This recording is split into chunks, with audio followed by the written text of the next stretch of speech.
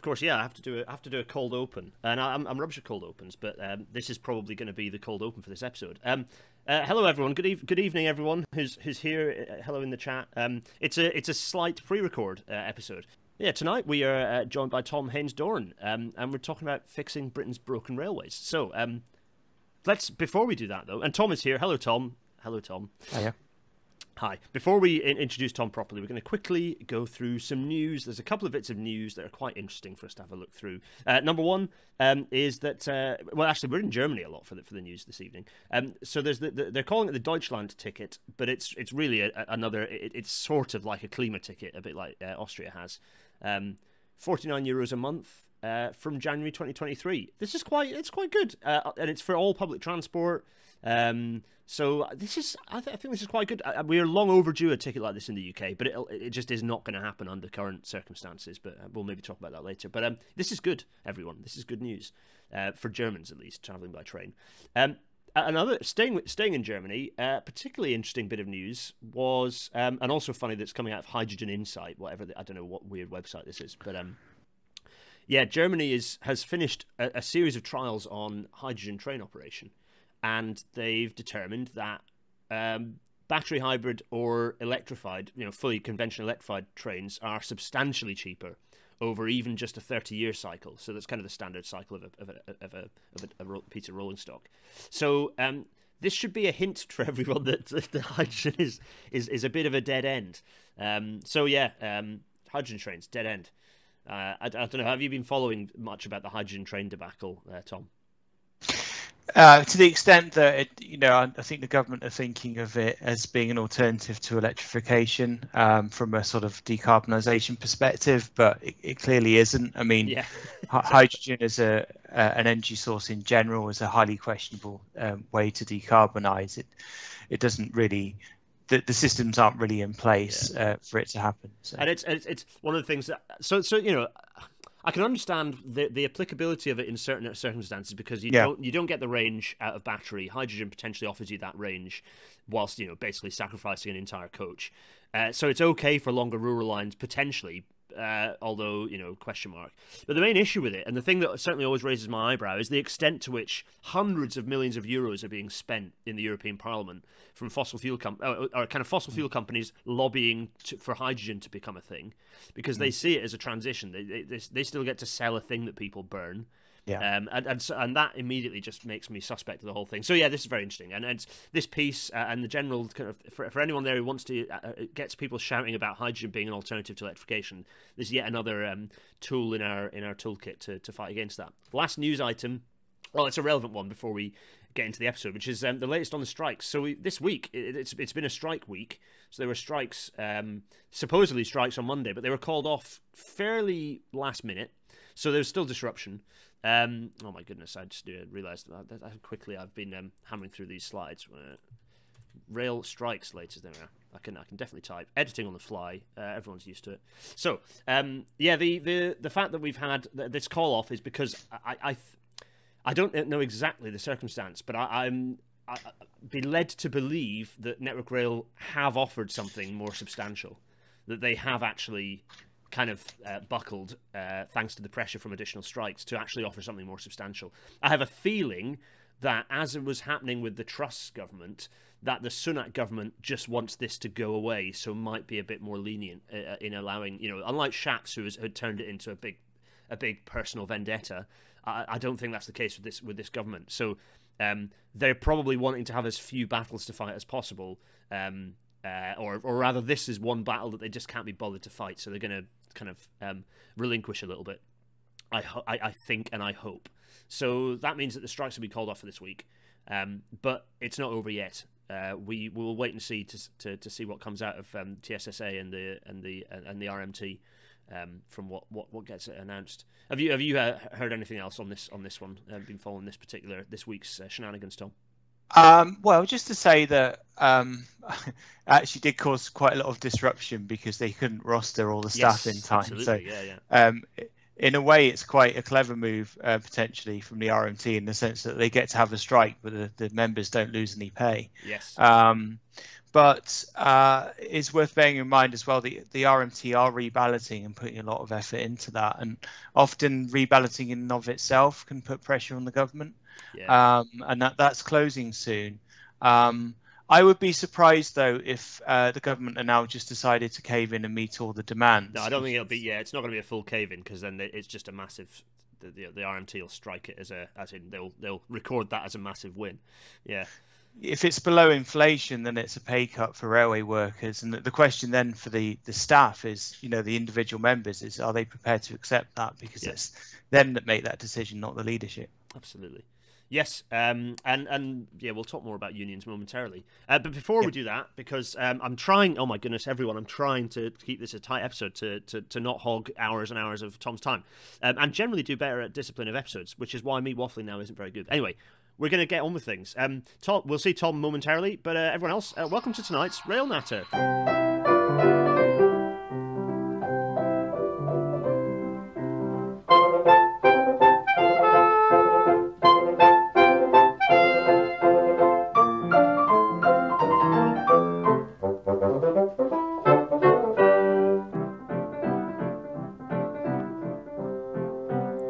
The Intercity 225 fades from view.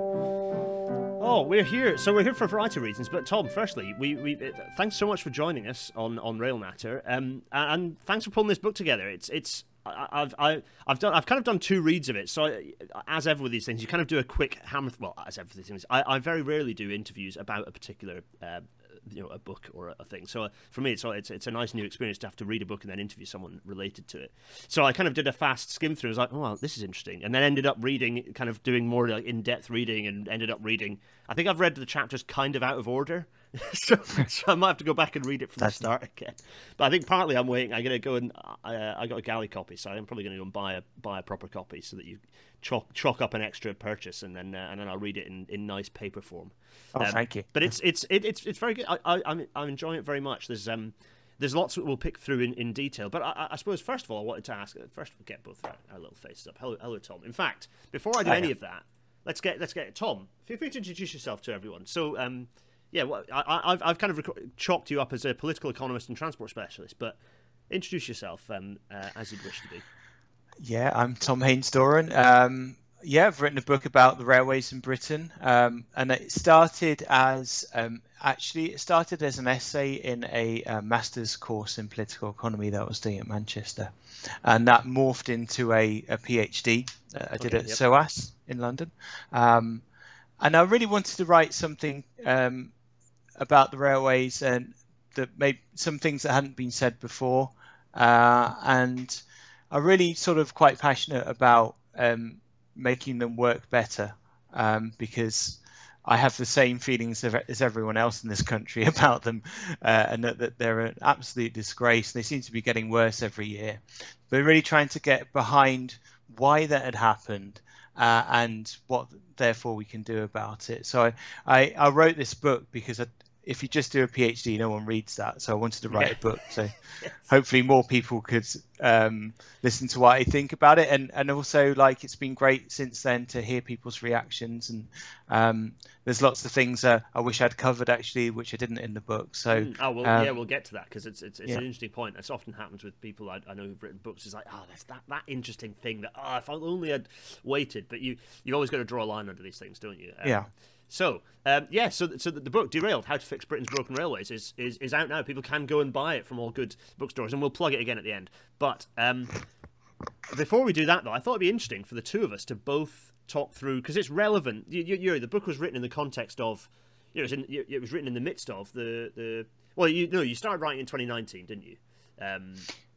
So I finished my PhD in 2019. It's before. I think I handed it in before I heard of COVID as a concept. Yes. So I don't know if that was October 2019 or something. Yeah. So it's kind of it's now emerged in kind of after 2 years of a quite radical Well, not an alteration, as I always point out, an acceleration of trends that are quite well embedded of people moving away from season tickets and moving away from that sort of style of travel. But anyway, I thought it'd be interesting for us to fairly quickly chat through the COVID stats. So yeah, we've got here the kind of the overall from the start. So these statistics, if you've not seen them laid out like this is the as a percentage comparison to the pre-COVID week. So you can see there's so that there's cycling up here. So you see this enormous surge in cycling at the start of the pandemic, because funnily enough, when there are no roads, no cars on the road, cycling is much more pleasant. And you can see this enormous drop down to 5% of pre-COVID levels of the bottom line, the bottom line there being rail transport. And you see we've been climbing up, and then we were hit by wave after wave. So we had a wave, and then we had another wave. And since the start of this year, since the start of 2022, we've had a kind of a general macro trend of increasing ridership up to the point where the peak that we've reached, and this is a rolling average, so it's smoothed out a bit, but if I jump forwards to this year's data, the peak that we reached was, I think, 97% of pre-COVID ridership. And bearing in mind that's 97% as an average across all different categories of travel, so that means that leisure ridership is up 120, 130, in some instances 140%, where to make up for the shortfall. And not only to make up for the shortfall, but bearing in mind the major reduction in services is within London, where there's a much higher number of travellers. That means that the number of people travelling outside of London is enormously greater than it was pre-COVID. So actually, the railways outside of London are, for the most part, rammed again. they're as full as ever they were before. This is a point not grasped by government, not grasped by Network Rail's leadership, not grasped by a lot of the people who are paid six-figure plus sums to stand up for the railway. They're not doing that, and I find this very frustrating. But anyway, these are the stats. You can see what's interesting is you can see the effect of various strikes. So the first week of strikes had a big impact, but you can see the bounce back was pretty rapid. So the communication of the strike was pretty good. So people knew, oh, it's a strike, I won't travel, and then I will travel again when the strike's finished, because ridership went back up again pretty rapidly. The second week of strikes, well, the rail industry has been in a massive level of decline since the middle of summer, with services collapsing, with all of the staffing issues, and the quality, and the ridership is just generally pitching downwards. We saw a bit of a surge again recently, but yeah, it's interesting seeing that there is this decline again, which is not surprising given that 2 or 3 of the main operators now are running reduced services. And in some cases reduced over the previous level of reduced as well. So they were already running a reduced timetable, but now that timetable is not robust because they have not employed enough drivers. So, yeah, I mean, firstly, before I flick on to the next thing, this is the first time you're seeing this data kind of perhaps set out like this, or certainly recently. What are your thoughts? Anything particular you're spotting? Yeah, I'm still not entirely sure what the peak situation is. I think what I say in the book is that, and we'll get onto this later, but one of the things we have to do is not just build new railways, but use the railways we have better and the capacity we have better. So, is it the case when I was writing the book earlier this year, that the peak travel seemed to be had leveled out at about 80 to 90% of what it was before COVID, in which case we have to have a conversation about fares, because the point in peak fares is to suppress demand. Yes. But if the roads are congested at peak time and we're trying to decarbonize the economy, there's no justification other than saving money to have those ridiculously high fares. So can we get more people onto the railways that way? Yeah, we may touch on this again, but yeah, my view is that peak and off-peak fares are pointless, and we should just get rid of them. There are other ways to control demand, to be honest. And actually, we're at a point where rail ridership across different times of day is just doesn't fit. Peak and off peak is from a period when people commuted into work with a bowler hat and an umbrella. It's just not really a useful. There are other more clever ways we could manage ticketing prices. That we could be. There are other better things to do, but peak and off peak is an anachronism in my view. So anyway, yes. Talking of which, so kind of off the back of that, there are 3 before we kind of sink our teeth into the book and the structure of the book and why people should pick it up. I suppose I wanted to touch on the fact that we're seeing these pressures, these challenges to ridership more recently because of the kind of the last levers that Treasury has. Because Treasury currently has absolute and total control of the railways in a way that has never been the case before, to the level of control that Treasury have. There are only three levers left to control, to kind of improve, as they see it, make the conditional formatting go green on their spreadsheet. And it isn't to improve revenue. It's not to increase revenue. It's to just reduce costs. They're just and it's a chase down a rabbit hole to the bottom. And it started with staff, because the only lever the train operating companies had was staffing. They didn't have any control of anything else under the franchises. We'll talk about that in a bit. We've seen services cut. So we've seen, the statistic I like to say is that that this government has presided over a larger reduction in service numbers than Beeching did.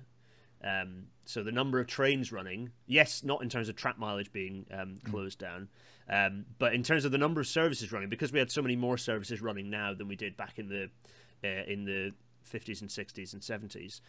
The number of services that have been reduced is more than Beeching reduced, which is quite a remarkable figure. And then stations. Well, that's the next step, of course, is that is that they start actually cutting infrastructure to try and reduce costs. And there are plans I've seen bouncing around for mothballing lines to reduce costs, which is I think there's some stations that have been on bustitutions since COVID, and they still are in some parts of the country. So it's this is not good, and this is kind of the context within which your book lands, which is it's enormous. So I've never, the railways have not been in this level of kind of malaise with an incredibly malicious management for quite a number of years. It's really peaked. I'd say we're in a worse state now than we were in 2018, which is the last time there was an enormous meltdown. So you kind of, you structure the book. I don't want to spoil things because people should go out and buy the book, but you structure the book kind of almost around a conversation that you have with some fellow travellers, which is nice. And I quite like this. And through this, you kind of raise these questions as sort of the standard questions that people who travel on the railways have when they ride. So I don't know if you want to talk. How did you pick through these questions? Did you feel like these were the main questions that are in your mind? Talk through these. Yeah, it's when you do a PhD on something, you're very much encouraged to find a very narrow area of research that hasn't been done before, and to focus everything on that. And that's fine. But if you're writing a book, the particular narrow area isn't probably of interest to most people. And I always wanted to do my research for an audience that would find the information useful, maybe do something with it. So, I've been an activist for quite a long time on transport, and it's geared towards passengers, but it's also arguing that the passengers need to take a stand if they want to have a better railway system.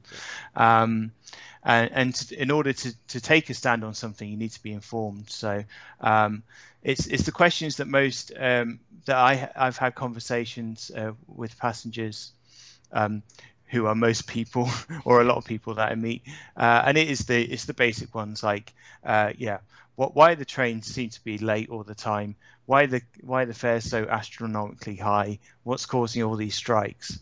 It's the things that the sort of most annoy you about using the railway system as an ordinary passenger.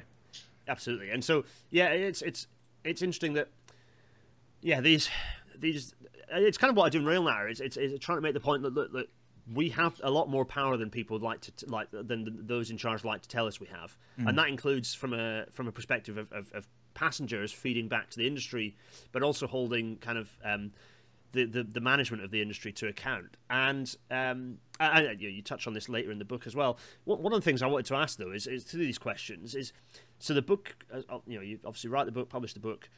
Is there anything you'd want to add, or anything that you kind of wish you'd said to kind of add to any of these questions or kind of how you answer these questions in the book? Because these are sort of the 5 big broad questions that you answer. Is there anything that you wish you had said on some of these, or something that's come to light, or perhaps that you wish to add? Yeah, so the main thing that's happened since I've finished actual writing was the National Rail strikes. So in the book about strikes, I focus a lot on the Guard strike, which was GTR, 2 or 3 years ago, and at that time that was considered to be, depends how you measure it, but the biggest strike in the history of the railways. I worked out by by adding up a lot of different press reports, 154 days of strike action were taken on different TOCs in that period. And I talk about the relationship between people going on strike and the passengers, and the different sorts of power that they hold, and their different sort of abilities to change the system. And you know, there was always this issue of public support for the strikes, which becomes really important in a strike. Yep. What surprised me to some extent has been the massive public support for these national rail strikes. The other thing I say about the rail unions is I feel that historically, really what they're making when they're going on strike is a bid for lots more government funding. Given the terrible finances of the railways, I don't think they can be successful in that unless they incorporate arguments around just transition and decarbonisation. Yes. Otherwise, it's just lots and lots of money, you know, and for what? Yeah. Just for moving some people around. Historically, I don't think they had much of a relationship with the environmental movements, and they could be, you know, criticised them to some extent for that. That does seem to have changed as well. So Mick Lynch does often talk about decarbonisation now, and there were jointly organised protests with. I think Just Stop Oil or Extinction Rebellion in London. So you're starting to see a formation, if you like, of a broader social movement that encompasses transport, but also these wider questions too. And that's where the hope lies, really, I think. Yeah, I was going to say, you and for people who think this book is, it's just, you know, going on, it's a make believe about what the railways could be. You're not hypercritical, but you are critical of the union's lack of communication during the GTR strikes. So during the strikes about selective door opening and single driver, you know, the DCO sort of driver controlled operation sort of strikes. Okay, so my politics have moved on a bit since those strikes were happening, and I'm much more explicitly pro-union now than I was when I've grown up. As the idea that you get more conservative as you get older is bollocks, as anyone can tell you. So I'm slow, but if you plot my course in about 10 years, I'm probably going to be an anarcho-communist. But anyway, so at this point, I look back and compare the communication. But I think that the strong criticism you made is absolutely right. Was that the communications of the RMT at the time was not good. I mean, it's a bit of a stretch to say they're strong criticisms. What I recognise is that they were, for many years, alone almost in being a militant industrial union. They didn't have a lot of support around them, so that they came quite insular in some respects. So that the whole argument was they pitched it was around safety, which is technically correct, but I feel like it took the efforts of disability passenger groups to really highlight this issue of driver-only operation and the terrible inaccessibility that would cause. That ultimately, I think, led to them winning most of the strikes on that issue. They were eventually open to it, so I'm not saying that but you know. It's part of a learning process that we're all going through, but having that sensitivity to the needs of the passengers, and in a way got to be at the forefront. It was the first strike that was in the modern. It was the first major series of strikes that was in the modern social media age, where the comms they needed to be communicating. So back, you know, all they needed to do to communicate to the public was a few news appearances in the past. And it was very much the communication channels were to their members, whereas now the communication from the unions is much more public facing than it was before. At least my perception of it is much more publicly facing. And I think the latest set of strikes shows that there is a very successful media strategy. The RMT, Mick Lynch is fantastic. The RMT strategy has been really successful, and I think it's been improved by tying it into this broader messages of why the railways are important to the country and why people should care about them, and decarbonisation, you know, the climate is absolutely a critical part of that. Yeah, absolutely. So what I'm going to do now, I think, is hop us firstly resize editing on the fly as always. So I want to talk briefly about the life and death of franchising. So what I mean by this is I just want your kind of fairly brief thoughts on, we've seen the end of franchising. We've seen franchising rise, we've seen it fall. My argument about franchising is that it was essentially just outsourcing an organisation for to avoid the government taking responsibility for things that it basically still had power over. What do you think? And kind of the last thing I want to say is then what's actually next? So not so much what you'd like to be next, and not what you think the government wants to be next, but what do you think will actually happen next?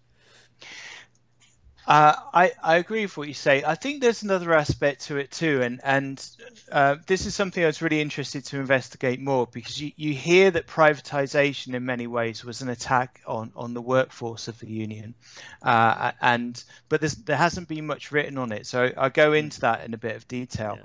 And it's essentially this idea of having what a franchise is for. Which is the Christian Walmart question. Well, the answer to that is that the intention of privatization, unbelievably, was to reduce government subsidy. So it was, in today's terms, about £2 billion a year that British Railways were operating under. Before COVID, we were up to £12 billion a year. But they wanted to cut even that small amount. What do the franchises do? Well, when they bid for the franchise, different private companies come in and they say to the government, I'm going to run these broad level of services for less money than the other company. And as you've illustrated, the only way they can do that is to cut staffing costs. So they're making a bet against other private companies that they're going to be more effective at attacking the workforce than the other company.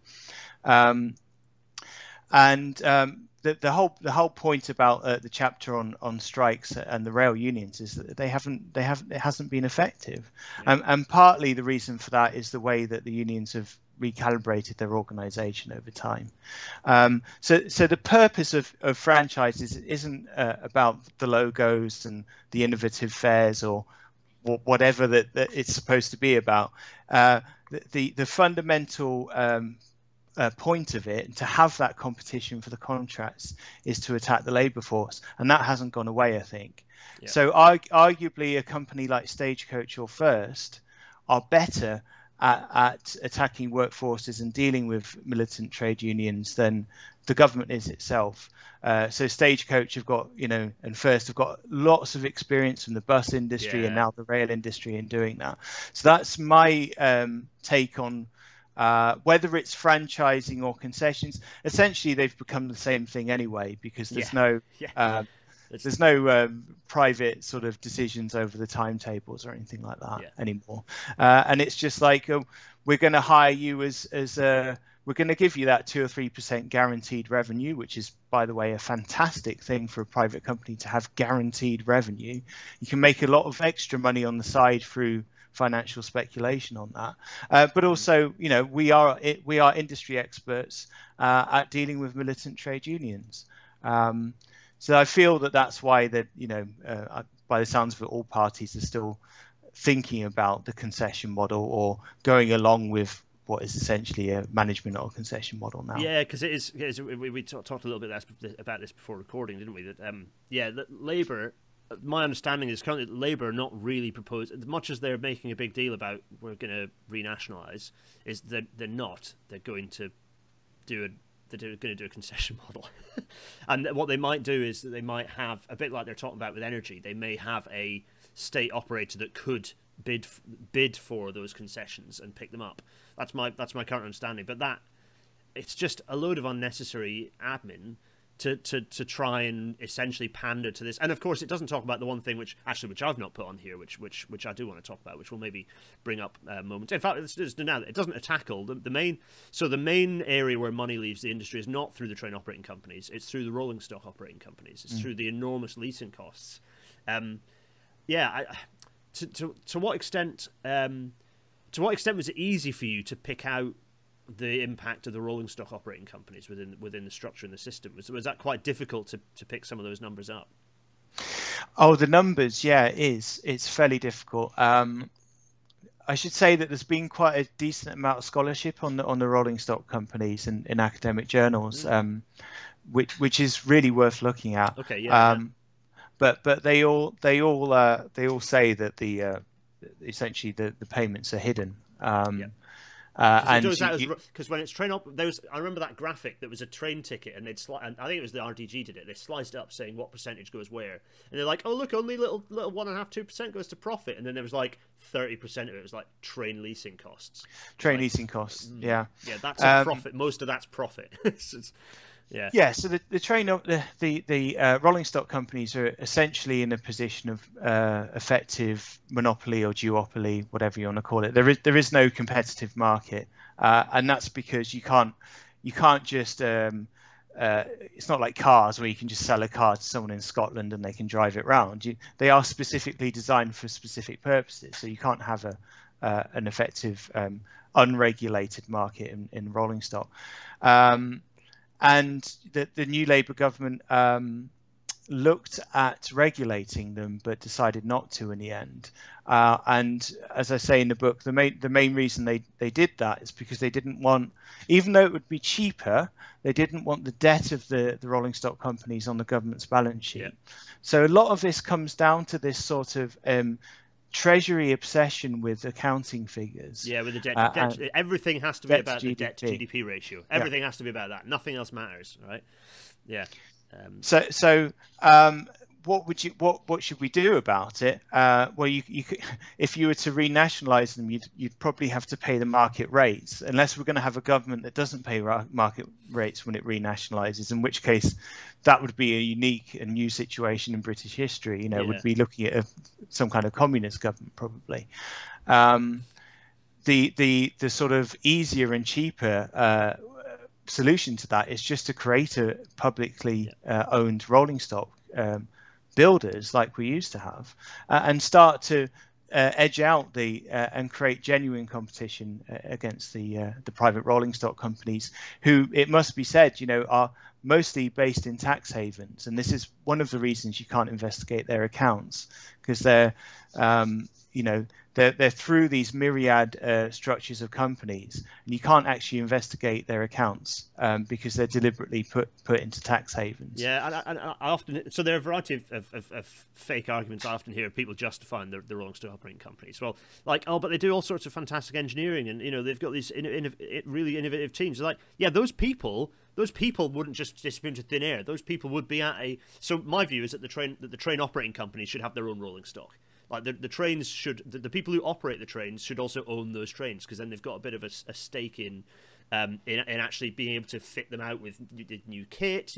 If they invest in improving the passenger. Well, a good example is that Northern invested a huge amount of money in upgrading the interiors of some of their older rolling stock to bring it up to so improving the Wi-Fi, but also a load of sensors to kind of check up whether there's trying to second guess failures and all that sort of thing. The rolling stock operating companies want them to rip all that kit out when they get the trains back, which is just an absolutely bonkers situation to be in. So the train operating companies should be empowered to buy their own, to procure their own trains, and then eventually that would just price the rolling stock operating companies out of existence.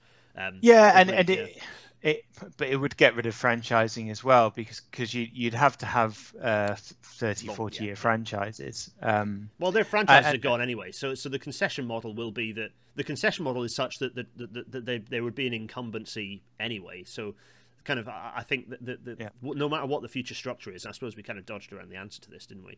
Whatever the future structure is going to be, there will be an incumbent organization that runs those trains, and the only thing that will change will be the kind of the secondary label on the paycheck. I mean the whole point about the Shapps plan, the William Shapps plan, seems to have imploded. I mean, it didn't resolve the major problems of the railways as a plan that are raised in the book, but at least it was going to create some kind of government department which was responsible for running the railways, whereas at the moment we have this DfT Rail running the system, which doesn't want to be doing it. We have a regulator whose job it is to say whether one part of the government's fairly charging another part of the government for services. Yeah, their job is to watch wooden dollars go round in a circle. That's the point. as if there's some kind of a market. Yeah. So can we start to have some kind of sanity? Apparently not. I'm not quite sure what the next plan is, but that took 6 Oh years. my goodness, yes, yeah. No, it was, well, yeah, roundabout, but it was, yeah, it was up to this point 4 years now since it was announced at the end of 2018. So yeah, and people took a long forget time. that the original reason for having it was massive disruption to the railways that leading up to that, and that was never addressed eventually by the review. They just said, we're gonna have Great British Railways, so there you go. So there you are. Yeah, exactly. So let's hop into another question that I think is interesting, because I'm not sure to what. I don't think so. This isn't something that you touch on a huge amount in the book, so I was interested to pick your brains on it a bit, which is devolution, the role of devolution, the future role of devolution. One of the kind of things that in fact, John Stone of the Independent, and I both kind of get up on a soapbox and shout about, is that we essentially cannot have a successful public transport system without massive devolution of specifically funding powers away from Treasury to the regions and to the cities, to be a bit more in line with our European friends and colleagues, where rather than it being just just the UK government paying for everything, and therefore having the control or the lack of interest in anything happening outside of its sphere of interest, the regions take control. So you'd have a city region like Greater Manchester, say, would have its own funding pot, and it could decide to spend that money on stuff within the city, or it could decide to pool that money with another funding pot, say Transport for the North, and maybe combine that funding pot with another city's funding pot, and then pay for something like the new Transpennine high-speed line. So that's my view of the future need. But what are your thoughts on devolution? What do you think? This is an enormously complex area. Yes. There's different aspects to it, I think. So there's the national question, which is Scotland and Wales primarily. Does it make sense for them to have control over their franchises? I think it does. And devolution of Network Rail, yeah. But there's another aspect, which is the sort of so they came out of political movements for independence or something going towards independence. That's a bit different to the Osborne, George Osborne plan to create these sort of city region devolution deals that we see in places like West Yorkshire, Greater Manchester. That's a bit different, I think. The way that was set up, and don't forget that was set up in the context of austerity, and that austerity was never recovered. So we're still in that austerity before the austerity 2.0, which is coming now. The idea with that is to have a competitive system between the city regions in order to bid for an ever dwindling supply of resources from central government. Now, I think that's very, very problematic because it can lead to, and especially when we're talking about climate change, but also we're talking about a rail system which is necessarily interregional. It can lead to a problem of the politics of it, just saying London's got some more stuff than us, we want more stuff like London, which is sort of Andy Burnham's position on most things. Which is true, but there's also a national problem. There's not enough funding for public transport in general, and so how does that competitive system that's been created lead to not a race to the bottom, but a scrambling over a dwindling? So I suppose my response to that would be that so firstly, there should be no more competitions for funding ever. So there should never be competitions for government funding. That's just a ridiculous situation that shouldn't exist. I suppose for me, it's taking what was created absolutely in light of austerity, which was the city regions, and essentially converting those into something more akin to the city regions that you have in the European mainland. That is a devolved, kind of strong government unit that by necessity represents a smaller number of people than the national government. Therefore, people feel more represented. One of the reasons why Brexit happened is because Westminster was so distant from people, they didn't feel represented. They didn't feel like their own needs were being met in any way. They didn't have that connection to government, and they directed that ire towards the EU when actually it was really Westminster that was the problem, and decades of over-centralisation. So for me, it's about that if you devolve a funding, no matter what that, rather than being a competition, what you would do is devolve a set funding package to the that would roll on to each of the city regions and to the subnational transport bodies. And no matter how big or small it was, it would be a guaranteed funding that they would have control over. So Treasury would have no say in that money. They wouldn't be able to switch it on or off. It would be statutorily money that the regions would have, and therefore they could build the consensus to do the stuff they need to do. One of the arguments I make about, well, not one of the facts of Greater Manchester public transport is the only successful transport project in terms of rolling and continuing to be developed and deployed is Metrolink. And unlike all of the other projects going on, Metrolink is the only one that is regionally, or rather city administered. All the others are Westminster administered, and that's why they've stumbled. They've been chopped, changed, cancelled, etc. Yeah, so it's an interesting one, isn't it? I think. Would you want them to have tax raising powers to? Yes. Yeah. Yeah. Yeah. So they would. So it's for me. I mean, one of my main things that I bang. I don't have the mug up with me here, but it's that we need to abolish the Treasury. So I'm very anti-Treasury. I think Treasury simply should not exist. It should be a non-ministerial sort of sub body, a bit like HMRC. It is set up and it runs for a particular interest in our society. Yeah.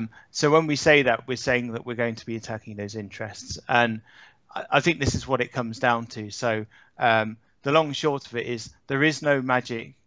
I agree, there is no magic money tree. Yeah. There is no magic solution to the railways that doesn't involve, even though the subsidy went up 5 times since privatisation and went up and doubled again after that because of the COVID outbreak. Even though those things are true, and that is a huge amount of money, we need to spend more on it than we're currently spending.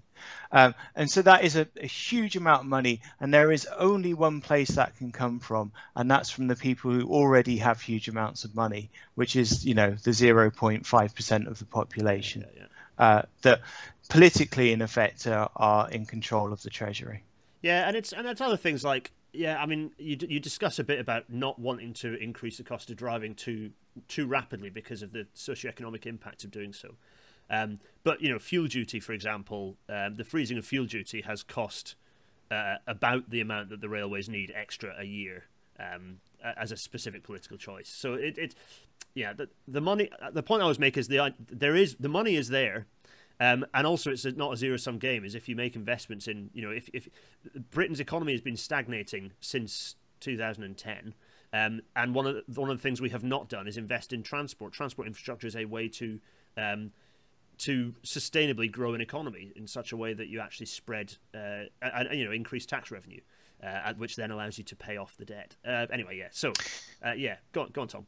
That's true, and also, in city regions, about a third of the journeys made are under 1 kilometre.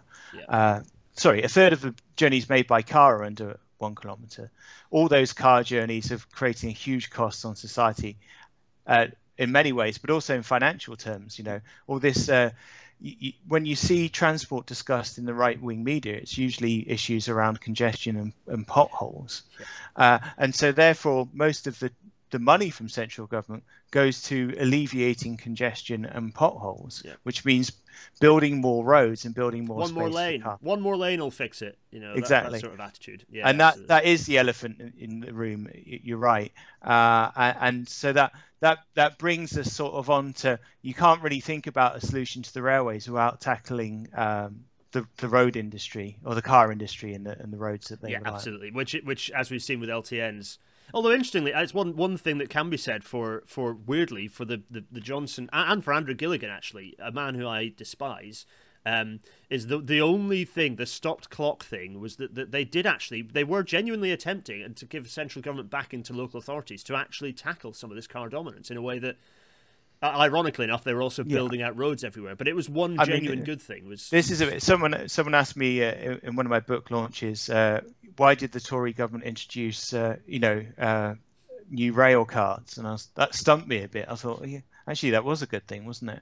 I think with those sorts of questions that there has been a lot of campaigning on those issues over many years, and sometimes those campaigns do break through. Absolutely.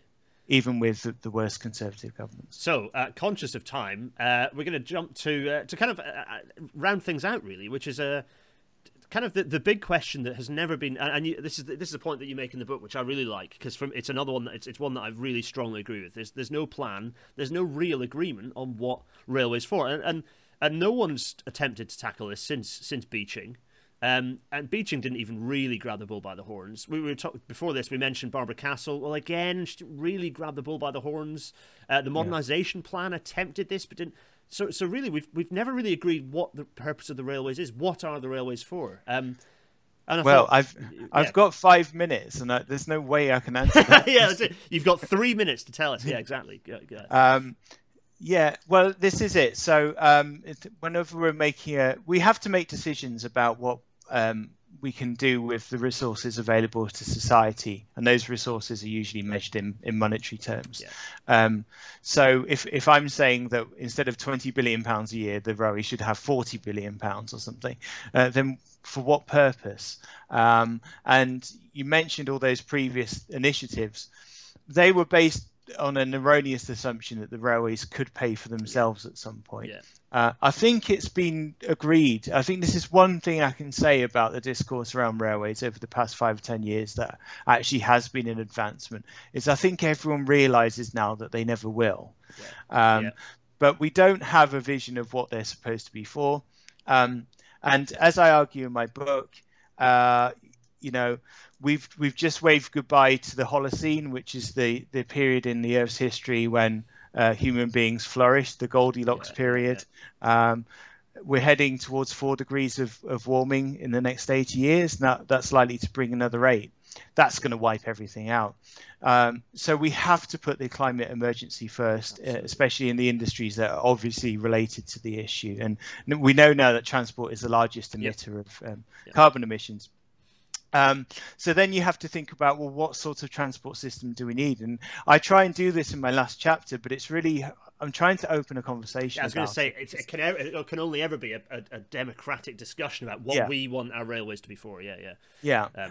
So I question whether, and I'm not going to get into HS2 on this podcast because that's another issue as well, but I question whether in general, we need to be aiming towards having very long-term large infrastructure projects as a solution. And given that we've got maybe 10 years to get to grips with the bulk of the decarbonisation, what can we do with mostly with the infrastructure that we have? Reducing demand for rail travel for travel in general is massive. And then we need to think about how to get the roads to be more efficient, how to electrify them, and how to electrify the railways. So, it goes into the thing about transport is it's not it doesn't just sort of produce stuff for immediate consumption. People generally speak, and I think viewers on this channel and you and me might be a bit different. People don't generally get trains for the sake of it. They're usually doing it for some other purpose. So you have to look at that some other purpose. Is it really necessary for that journey to happen? And can we make it easier for people not to have to travel so much? So the whole thing about working from home was an accidental advantage, if you like, in this whole thing. But still, most of the time you're on these Zoom calls, people are speaking from their kitchen, huddled over, and they're freezing cold. So Britain's not really built for it. So it goes to a question of how society works and how we carry out the things we need to do in our lives to help us survive and flourish. So you have to look at the whole picture first, unfortunately, before you can have an answer to what the railway should do. Absolutely. But there's some things that we can say for certain, like we obviously have to get rid of internal flights. And for me, it's not a question of having the right incentives for people not to use the flights. They should just be banned. One thing I mentioned in the book, for example, is I think it's Andrew Haines. I think he's the chief exec of Network Rail. So he did during the COVID pandemic, he was asked to do this report about what do we do about the regional airports. That they require massive government subsidy, and that the COVID pandemic will probably be sinking them economically. and he recommended an independent review for the government to inject hundreds of millions of pounds into them at that point, and he had to address the decarbonisation issue. But what he said about that was all this nonsense about Jet Zero, which we all know is just a complete fantasy. But he also said it's not reasonable for people to be expected to use other forms of transport between, for example, Aberdeen and London. So instead of that money could be put to the railways improving that service, but instead it's being put into regional airports, and it's the chief executive of Network Rail. I know. Yeah, hugely frustrating. Tom, I'm conscious of your time. I've already hogged way too much of it. I'm going to quickly close out. So as ever, audio only. Thanks for listening. This will be up very soon. All good podcasting platforms. The Patreon, patreon.com/Gareth Dennis to make more of this happen, paypal.me/Gareth Dennis to throw loose change and abuse at me, and GarethDennis.co.uk for more of the YouTube chat at the Discord. GarethDennis.co.uk/Discord, that is. The book, Derailed, How to Fix Britain's Broken Railways. You can get it anywhere that sells books. Do you have a preference as to where people should be buying it from, Tom? No, I mean, I generally try to avoid Amazon. Yes. But it's easily done. Apparently Hive are a good choice, but nice, yeah. Any online book sales will be able to get it to you. Perfect. That's great. And next week is something which I'm going to insert into the edit here, so that's great. We've got Dr. Kevin Tennant back. Returning champion Dr. Kevin Tennant is joining us to talk about trams versus buses and why the permanence of the permanent way is important. So tune in for that. It should be fantastic. The last thing to say really is, Tom, thank you so much for your time. You've given us more time than planned. That's my fault. Sorry. It's been absolutely fantastic having you, and more discussion to be had, I think. I should say I really appreciate everything you do with the channel and all the stuff I see you do on social media. And I think there's a growing movement within the transport world for these kinds of arguments. And I think that we're onto something here, and we need to keep going. Absolutely, got to keep banging that drum. Tom, thanks so much. All right, take care. Cheers.